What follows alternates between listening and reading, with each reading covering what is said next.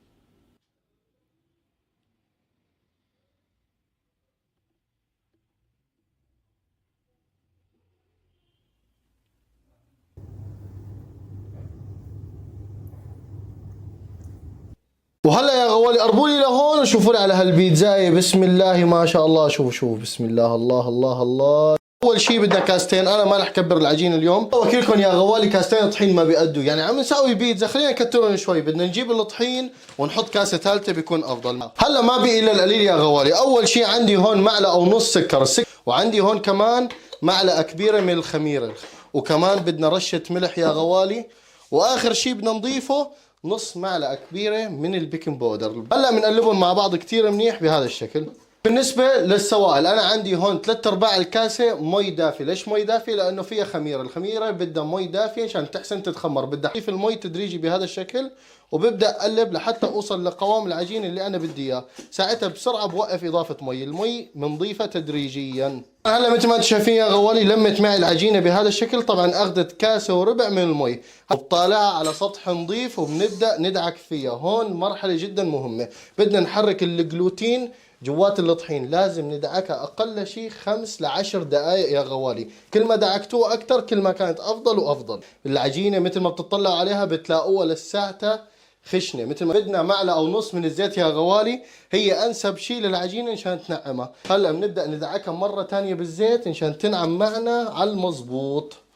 طبعا هلا يا غوالي قربوا لهون وشوفوا لي على هالعجينه. بسم الله ما شاء الله، عجينه نعمت تمام وطريه. هذا اهم شيء مثل ما انتم شايفين، وما بتلزق بالمره. هلا شو بنعمل؟ بنجيب الزبديه اللي عجناها فيها، بنجيب زيت الزيتون، بدنا نحط هيك شوي مشان نتركها تختمر هون بهي الطاسه. هلا بنمسك العجينه هيك بنقلبها على زيت الزيتون هيك مشان تتغطى كثير منيح، وبنقلبها على وشها وبنغطيها وبنتركها شغله النص ساعه للساعه لحتى تختمر او يتضاعف حجمها. ما شاء الله. شوفوا بسم الله الله الله الله. شايفين على مطة الجبنه؟ الله، هذا هو الشيء الخرافي الصح. شوف بسم الله ما شاء الله.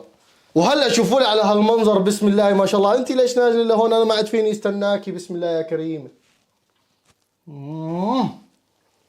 قربوا لهون لورجيكم العجينه. شوفوا بسم الله ما شاء الله. شوفوا الله.